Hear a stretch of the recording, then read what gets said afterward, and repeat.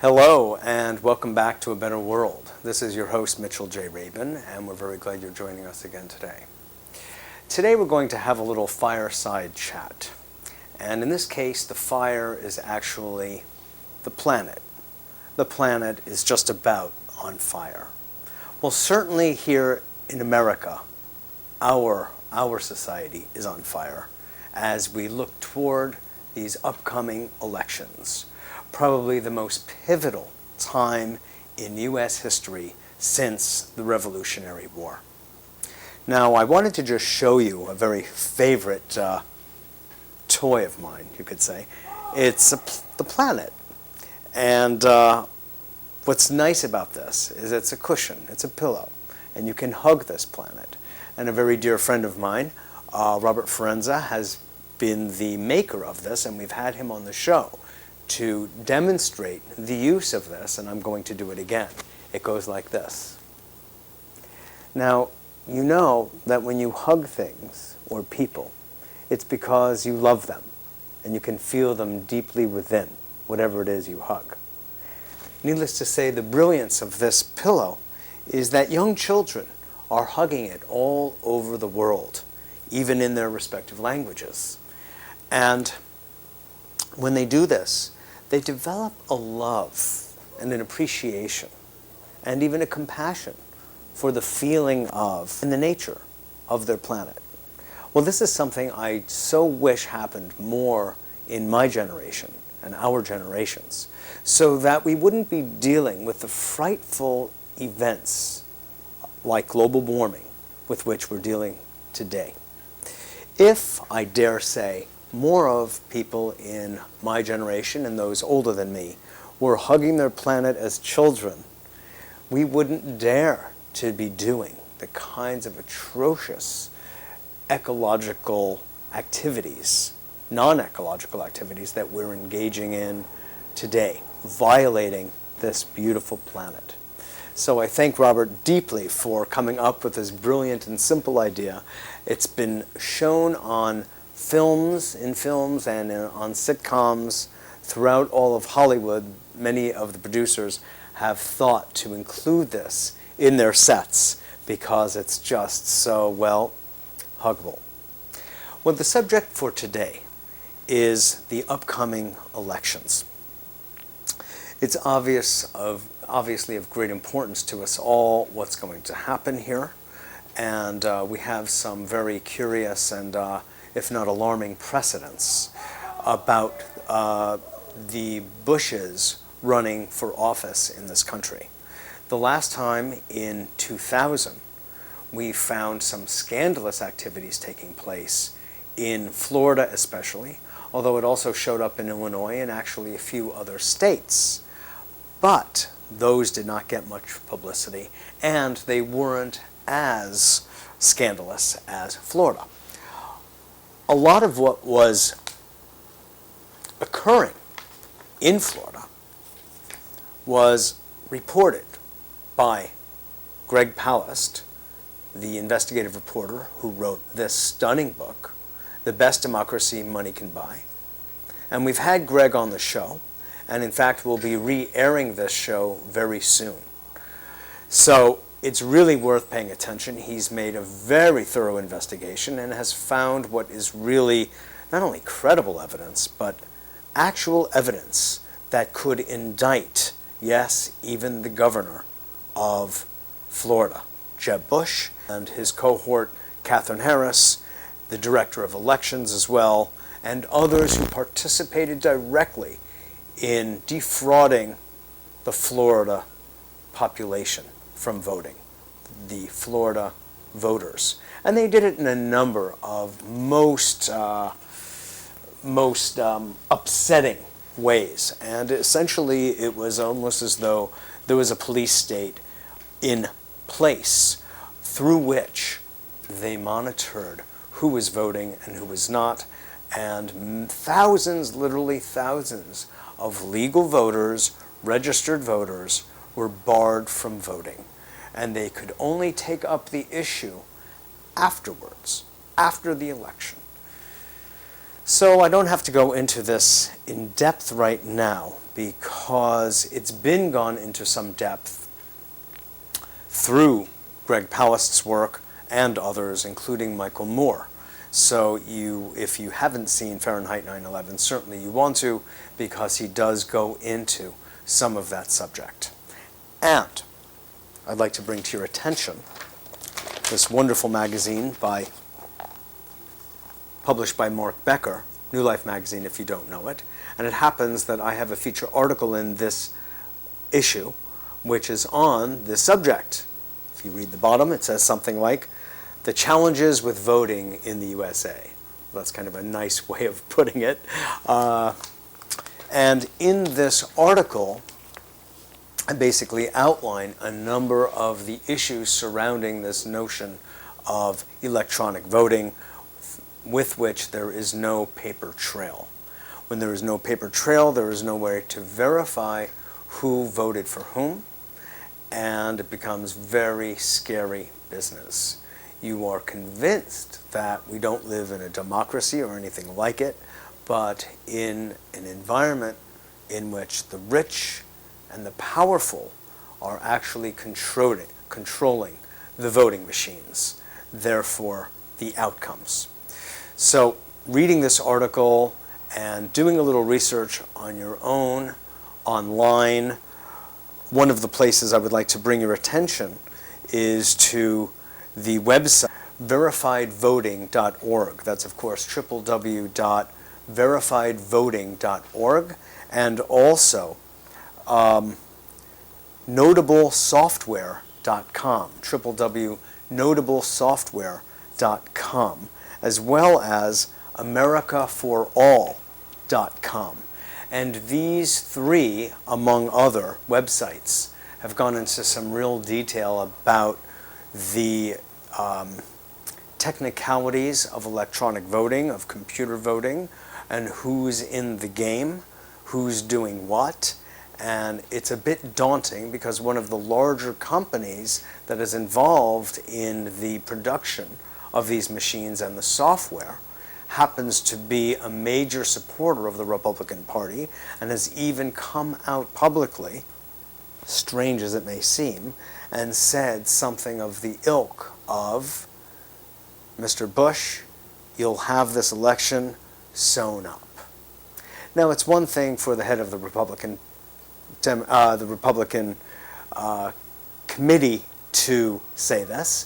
It's another thing for someone who is selling voting machines to different states to say this. It makes you think that maybe you're not in a first world, but a highly corrupt third world country.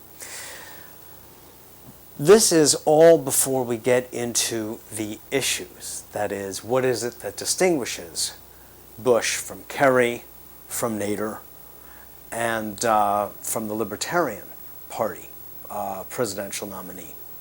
All of this is terribly important. However, even before going into that, again, I want to just bring to your awareness the actual mechanical issues of who is controlling the voting machines. As a result of the size of this issue in this election, for the first time in U.S. history, as far as I know, there will be international parties coming to observe the voting in the United States. Doesn't it? It sounds like a bit of a role reversal. The United States, which is considered the most powerful and largest democracy on the planet, largest not in terms of population, India is larger, but in terms of truly the fulfillment of a democratic process, the United States has been considered that. And yet, why then would there be international observers coming to watch the process? Something's up. Indeed, if you visit these websites, if you read this article in New Life magazine, you will know that indeed a lot is up. If you go to gregpalast.com, if you read The Best Democracy Money Can Buy, if you look at some of the other material that has just hit the marketplace big time, you'll see that we are hanging on to democracy by our fingertips. And this is not just rhetoric, my friends. This is really what's going on. with the advent of the Patriot Act, the text of which was written prior to 9/11, what does that mean? I mean, who really explores the meaning and implications of this phenomenon? We see that our democracy, our Constitution, and our Bill of Rights are in jeopardy. Oh, they could use a little upgrading, I believe that. But short of that, they still hold very fundamental principles of the right of free speech and the ability to demonstrate and speak out and not be harassed by anybody. The right to protest, the right to dissent, is part of the right to critique. And what makes democracy strong and noble and alive is exactly that critique. Just like in, say, music or theater. If there weren't the critics, the quality of performance may not be as good. Now, you may have any number of opinions about critics, but one of the things they do is act as an antagonist, and they are often very studied and very observant on the subject that they are critiquing, God willing. And so their critique helps to bolster and stimulate the juices of the artists involved. So too in government. Not to mention, this is our government. It's we the people. And it's up to us to voice our feelings and ourselves so we can come across and let these guys know what it is we want and what we want them to be doing with our tax dollars and with our actual lifeblood. Do we want soldiers from our families risking their lives on behalf of what again? Or not? It looks like I've dovetailed right into the issue, so let me go forward. But first with a small little commercial break, and that is to show you just a little bit of what's going on. Here's Amy Goodman's wonderful book, The Exception to the Rulers. Amy will be on the show relatively soon. As you know, those of you who have been watching A Better World for a long time, I have encouraged you all to either watch on public access, channel 34 at 8 a.m. every morning, Monday through Friday, Democracy Now!, or to tune in to WBAI 99.5 FM, or online, WBAI.org, to listen to Amy Goodman's show. It's very powerful, and it's one of the few places that you will get, yes, dare I say it, real news and objective news. You cannot get that from the corporate media. It's just not available. Journalism has taken a nosedive. It's happening even in the universities. Journalism just ain't what it used to be. You need to rely on alternative media. It's the only place these days that you're going to get some real news. Now, you may not agree with the slant. There is often some bias. But the point isn't that you agree. In fact, we of alternative media enjoy people who bring dissenting voices even to what we say. Dissent, critique, empowers a democracy. It's the lifeblood of it. That's what makes it creative. That's what makes it strong. It's testing the metal. If you remove the test, you're removing the strength of the metal. So this is why there has been a strange closing of the picture, you could say, when it comes to American media. If the media is corporately owned, you're going to get corporate interests that precede and even preclude real news. Why? Because the owners of NBC and CBS are actually making money from war. They produce armaments. They produce the stuff of the military supplies of one sort or another. Now, do you think that they're actually going to report news that's anti-war or providing an alternative to war when that would be directly affecting their bottom line? You know the answer to that. And this is what we're dealing with. It's that serious. And it's also that blatant. So all of you, if you watch the standard commercial television stations, just know the filters that are in place, keeping you from the more real news. War means death. It means bloodshed. And what's going on right now in Iraq and Afghanistan is a tremendous amount of bloodshed of innocent people. Now, since I brought up Iraq, let me just make this one point that keeps having me scratch my head.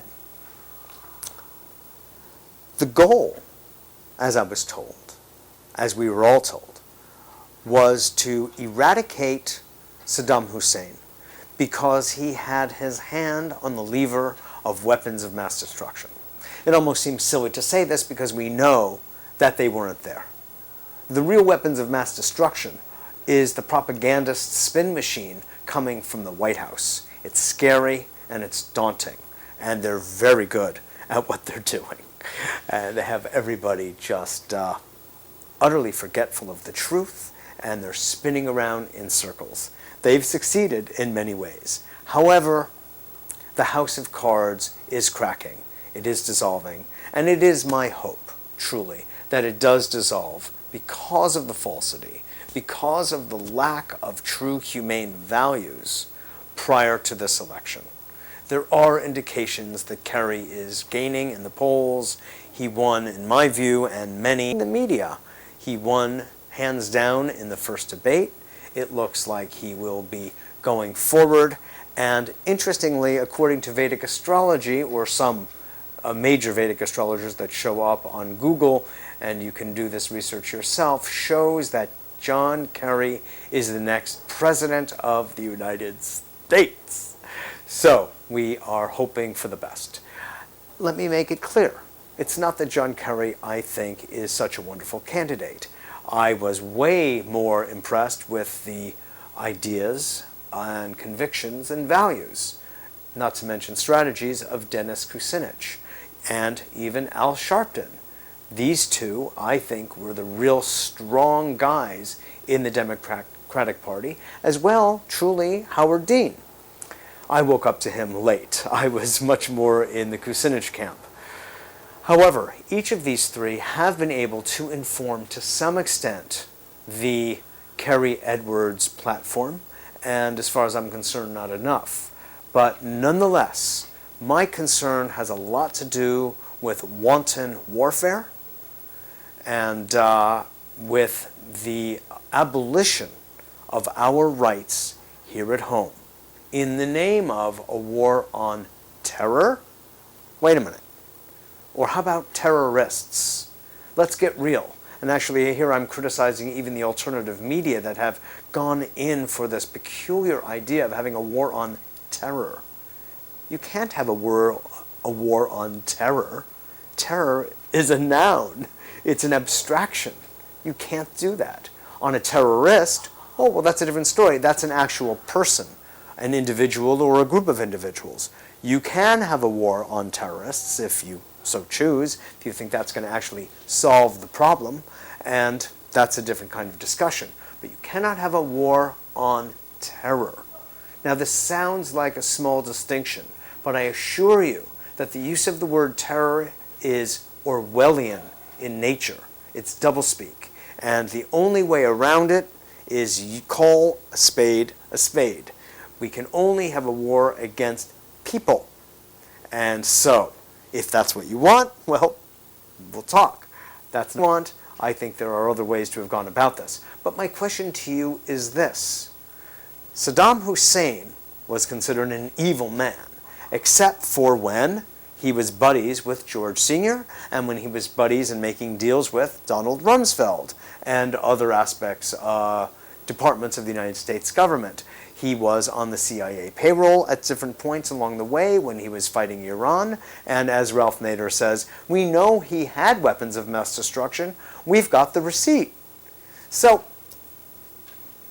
look, things are rarely the way they appear. And Saddam Hussein, just like Noriega, was buddies with George Bush Sr., for a long time until it became expedient for George Sr. to cut them out off the payroll and demonize. And that's what's happened here. Clearly, Saddam Hussein is not a man anyone wants in power. He's a dictator. He's scary. He has hurt his own people, and he's hurt many others, and he would do so, it seems, again. This is not the issue. We have ways of dealing with such, and if utterly we decided that to take him out, so to speak, was what needed to be done, I swear, you get a couple of Mossad sharpshooters with the CIA, British intelligence, and the former KGB, and for 100 to 200,000, the deal is done. This is not the way I think. I am a Taoist. I accept the words of Lao Tzu. The death of one person is a tragedy to me, whether that is a dictator or that is a little child. It's not right. Everyone, according to the Tao Te Ching, should have a heavy heart when it comes to war, even when it's necessary. No one wins a war. There are other ways at this point in the 21st century to deal with conflict. Many ways. Let's engage our neocortex. Let's come out of the reptilian mind. Let's get into a coherent brain function. Let's think with our hearts. That's what they're there for. And we have neuroreceptor sites, at least 40,000 of them, in our hearts. It does autonomous thinking, but not if we don't use it.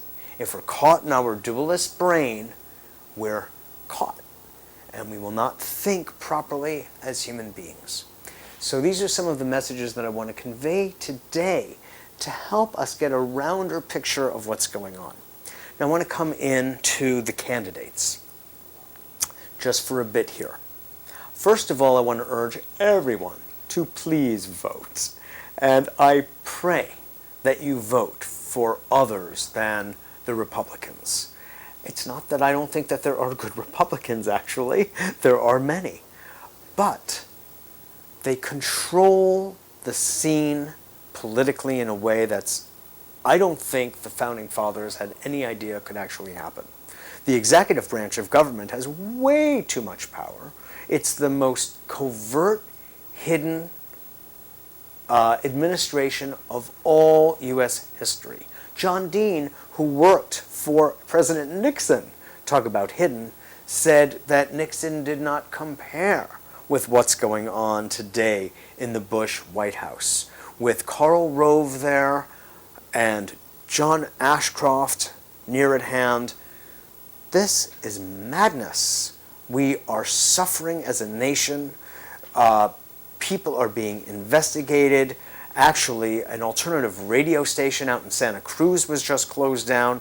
Another one, it was either in Mississippi or I think it was Tennessee, was also closed down. They were raided by the FCC. I mean, who thought that the FCC were armed? They went in riot gear and confiscated all of their computers and all of their radio equipment. This is madness. And yes, it's true, the one in Santa Cruz didn't have a license. Oh my. Do you think they would close CBS down like that and raid it if they mistakenly didn't have a license? You know, you can give a fine, or you can give an application for a license. But this is America, folks, and this is the kind of thing that's happening, and it will continue to happen and get much worse if this current administration, that was never in office in the first place, gets elected, actually, for the first time. So I urge you to vote alternatively. That means democratically in this case, but I've got to tell you that I consider that the Democrats are almost as upsetting a party in where they stand, when they stand, as the Republicans. Not quite, but in general, this is one of the most spineless groups, clubs, cliques that I've ever come across. It's unbelievable to me. It makes me nauseous to actually contemplate the Democrats as a whole.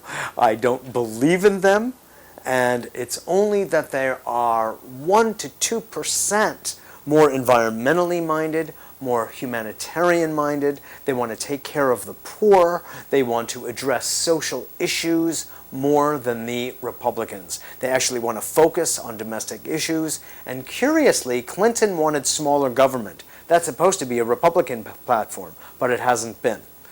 Well, look, we're faced with Bush and Kerry. I think it's an easy vote. I would way rather vote for Nader. I would have rather voted for John Hagelin, who ran for the last 3 elections of the Natural Law Party, but he's not running this time. He got exhausted. I don't blame him. But unfortunately, even though there's great wisdom in third-party voting, and I've done it for the last 3 elections at least, this time I know they would argue with me, but I feel that our vote for Kerry is significantly more important, and I urge you to play this game this way with me and with many others. We will be taking back our government. In so doing, God willing, repealing the Patriot Act and getting back to a more normalized, true democracy. Thanks so much for joining us. Remember to hug your planet, and I'll see you all next week.